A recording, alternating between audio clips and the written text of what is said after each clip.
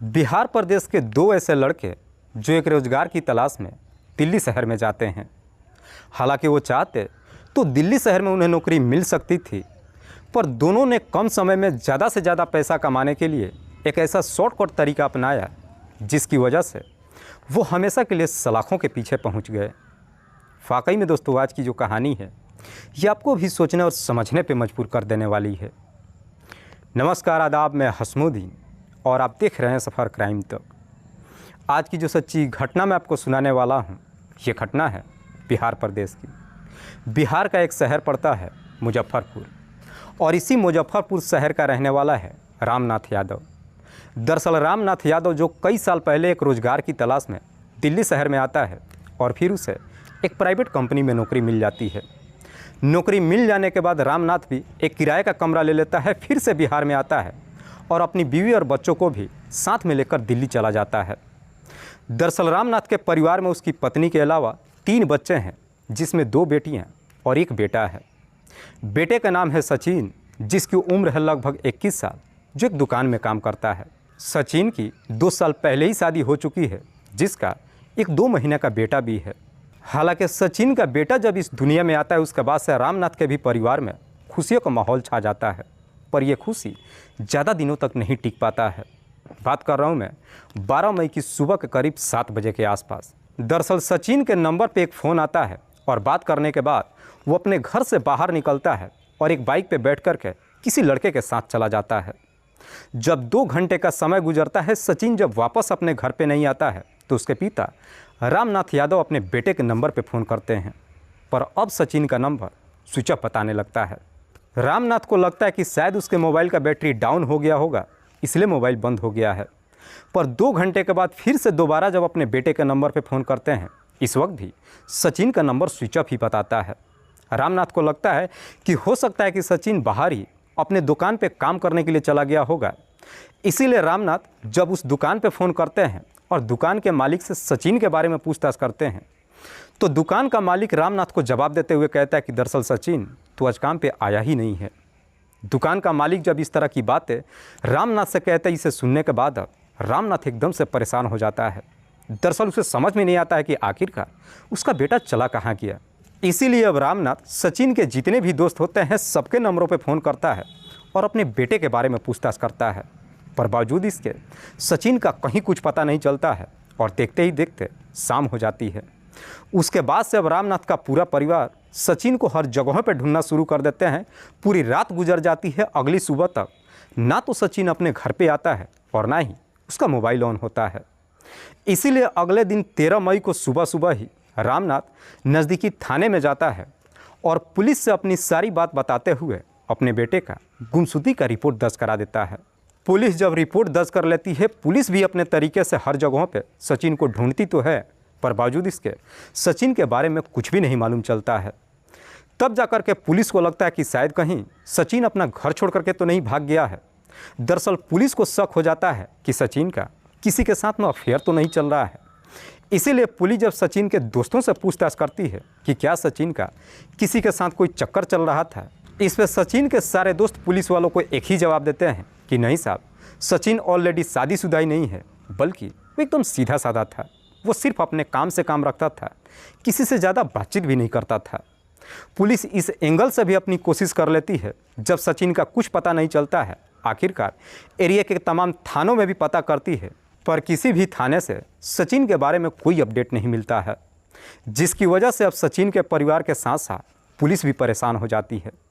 जैसे ही 2 दिन का समय गुजरता है, आखिरकार 15 मई को इधर सचिन की बहन जब दोबारा अपने भाई के नंबर पर फ़ोन करती है, रिंग होने लगता है और जैसे ही उधर से फ़ोन उठता है, बात उस पर सचिन नहीं करता है, बल्कि बात करने वाला कोई दूसरा व्यक्ति होता है। सचिन की बहन उससे पूछती है कि तुम कौन हो।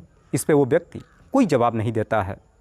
इधर रामनाथ जब अपनी बेटी को फ़ोन पे बातचीत करते हुए देखता है, मोबाइल अपने हाथ में ले लेता है और उस व्यक्ति से अपने बेटे के बारे में पूछताछ करता है। वो व्यक्ति भी रामनाथ को जवाब देते हुए कहता है कि दरअसल सचिन का तबीयत खराब है, वो आप लोगों से बातचीत नहीं कर सकता है। रामनाथ जब अपनी तमाम कोशिश कर लेता है, वो व्यक्ति जब सचिन से बातचीत कराने के लिए तैयार नहीं होता है, इस वजह से रामनाथ गुस्से में आ जाता है और उस व्यक्ति को झाड़ देता है। पर रामनाथ गुस्से में जैसे उस व्यक्ति को झाड़ता है, वो व्यक्ति भी एकदम से गुस्से में आ जाता है और रामनाथ को धमकी देते हुए कहता है कि मैं सचिन से बात नहीं कराऊंगा, आपको जो करना है कर लीजिए। और इतनी सी बात कहने के बाद वो फ़ोन रख देता है। हालांकि रामनाथ जब दोबारा अपने बेटे के नंबर पर फ़ोन करता है तो अब सचिन का नंबर स्विच ऑफ बताने लगता है। लेकिन ठीक 15 मिनट के बाद फिर से रामनाथ के नंबर पर उसके बेटे का फ़ोन आता है और जब वो व्यक्ति दोबारा इधर रामनाथ के नंबर पर फ़ोन करता है तो रामनाथ को धमकी देते हुए कहता है कि दरअसल तुम्हारा बेटा मेरे कब्जे में है, मैंने उसका अपहरण कर लिया है और अगर तुम्हें अपना बेटा सही सलामत चाहिए तो 50 लाख रुपयों का इंतजाम कर दो। 50 लाख रुपयों का जब डिमांड करता है, ये सुन करके रामनाथ भी एकदम से घबरा जाता है और उस व्यक्ति से रोते हुए कहता है कि शायद आपको कोई गलतफहमी हो गई है, मैं कोई बड़े घराने से नहीं हूँ, मैं भला 50 लाख रुपया कहाँ से लाऊंगा। इस पे वो व्यक्ति जवाब देते हुए कहता है कि ज़रा सोचो कि अगर तुम्हारा बेटा बीमार होता, हॉस्पिटल में जाता और डॉक्टर इलाज के लिए 50 लाख रुपया मांगते तो क्या तुम 50 लाख रुपयों का इंतजाम नहीं करते। इस पर रामनाथ भी उसे जवाब देते हुए कहता है कि अगर मुझसे हो पाता तो मैं करता, वरना मैं डॉक्टर के सामने हाथ जोड़ लेता। इसीलिए मैं भी तुम्हारे सामने हाथ जोड़ करके कह रहा हूँ, मेरे बेटे को वापस कर दो। वो व्यक्ति कहता है कि ठीक है, अगर तुम 50 लाख रुपये का इंतजाम नहीं कर सकते हो तो बताओ अपने बेटे के बदले में कितना पैसा दे सकते हो। इस पर रामनाथ उस व्यक्ति को जवाब देते हुए कहता है कि मैं ज़्यादा से ज़्यादा 1 लाख रुपये दे सकता हूँ। लेकिन वो व्यक्ति अब रामनाथ को धमकी देते हुए कहता है कि मैं लास्ट फाइनली बोल रहा हूँ, अगर 4 लाख रुपये का इंतजाम कर सकते हो तो ठीक है, वरना मैं तुम्हारे बेटे को जान से मार दूंगा। जब वो व्यक्ति अपनी जीत पर उतर जाता है, आखिरकार रामनाथ भी उसकी बात मान लेता है और 4 लाख रुपया देने के लिए तैयार हो जाता है। उसके बाद से वो व्यक्ति कहता है कि तुम्हें वो 4 लाख रुपया आज़ादपुर सब्जी मंडी में लेकर आना है, पर वो पैसा कब लेकर के आना है मैं दोबारा फ़ोन करके बताऊंगा। जब सारी डील हो जाती है उसके बाद से रामनाथ फिर से पुलिस के पास जाता है और सारी बात पुलिस को बता देता है। इस पर पुलिस भी रामनाथ को समझाते हुए कहती है कि जैसे वो व्यक्ति तुमसे 4 लाख रुपया मांग रहा है, तुम पैसे का इंतजाम करके उसके बताए हुए जगह पर लेकर के चलो, हम भी तुम्हारे साथ चलते हैं, लेकिन हम सादे ड्रेस में होंगे। होता भी बिल्कुल वैसे ही है। दरअसल 16 मई को रामनाथ 4 लाख रुपया इंतजाम करके उनके बताए हुए जगह आज़ादपुर सब्जी मंडी में लेकर के जाता है।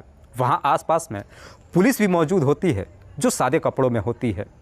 दरअसल वहाँ पर रामनाथ लगभग 2 घंटे तक इंतज़ार करता है, पर कोई भी पैसा लेने के लिए आता ही नहीं है। इसीलिए पुलिस रामनाथ को लेकर वापस चली आती है और उसके बाद से सचिन के बारे में पता लगाने के लिए उसके मोबाइल का कॉल डिटेल्स निकालती है और साथ ही साथ उसका लोकेशन चेक करती है। तो मालूम चलता है कि सचिन के मोबाइल का लोकेशन दिल्ली के मजनू टीला के दिखाई देता है। जब पुलिस को लोकेशन मिल जाती है, पुलिस अपनी टीम के साथ मजनू के टीला में जाती तो है, पर लाख कोशिश करने के बावजूद भी उस व्यक्ति के बारे में कुछ पता नहीं चलता है। दरअसल अब उस व्यक्ति का लोकेशन हरियाणा का दिखाई देने लगता है। हालांकि पुलिस उसे पीछा करते हुए हरियाणा तक तो जाती है, लेकिन तब तक उस व्यक्ति का लोकेशन बिहार प्रदेश का दिखाई देने लगता है। पुलिस उस व्यक्ति का पीछा करते हुए बिहार भी जाती है और बिहार के एक इलाके से उस व्यक्ति को गिरफ्तार कर लेती है। पुलिस जब 20 मई को उस व्यक्ति को गिरफ्तार करती है और जब उससे उसका नाम पूछती है तो व्यक्ति अपना नाम भूषण कुमार सिंह बताता है, जिसकी उम्र लगभग 28 साल के आसपास है। पुलिस जब भूषण से सचिन के बारे में पूछताछ करती है तो भूषण पुलिस वालों को जवाब देता है कि साहब सचिन दिल्ली में है। लेकिन पुलिस जब भूषण से पूछती है कि सचिन दिल्ली में कहाँ पर है, इस पर भूषण पुलिस वालों को जवाब देता है कि साहब सचिन अब इस दुनिया में नहीं है, दरअसल मैंने उसकी हत्या कर दिया है और उसकी डेड बॉडी को अलग अलग करके मैंने एक नाले में फेंक दिया है। भूषण जब अपना जुर्म कबूल कर लेता है, उसके बाद से पुलिस उसे गिरफ्तार करने के बाद दिल्ली में लेकर आती है, कोर्ट में पेश करती है और फिर रिमांड में लेकर के उससे पूछताछ करती है कि आखिरकार तुमने सचिन की हत्या क्यों किया है। इस पर भूषण जब इस हत्या की पूरी कहानी बताता है तो वाकई में इसे सुनने के बाद खुद सचिन के भी परिवार वाले एकदम से दंग रह जाते हैं।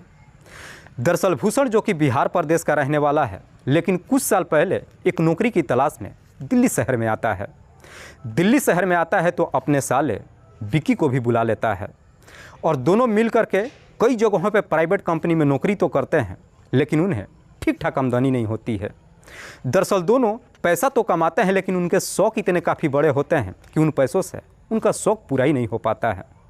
दरअसल दोनों को शराब पीने की ही आदत नहीं होती है, बल्कि अक्सर रेड लाइट एरिया में भी जाते हैं और जवान लड़कियों के ऊपर अपने सारे पैसे लुटाते हैं।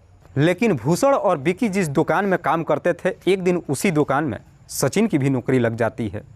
सचिन जब उस दुकान में काम करने के लिए जाता है तो अपना काम इतने बेहतर तरीके से करता है कि मकान मालिक भी खुश होकर के वहाँ से भूषण और विकी को हमेशा के लिए निकाल देता है।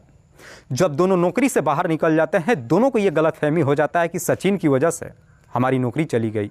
हालांकि दोनों जब वहाँ पे काम करते हैं, इस वजह से दोनों की ही सचिन से दोस्ती भी हो जाती है।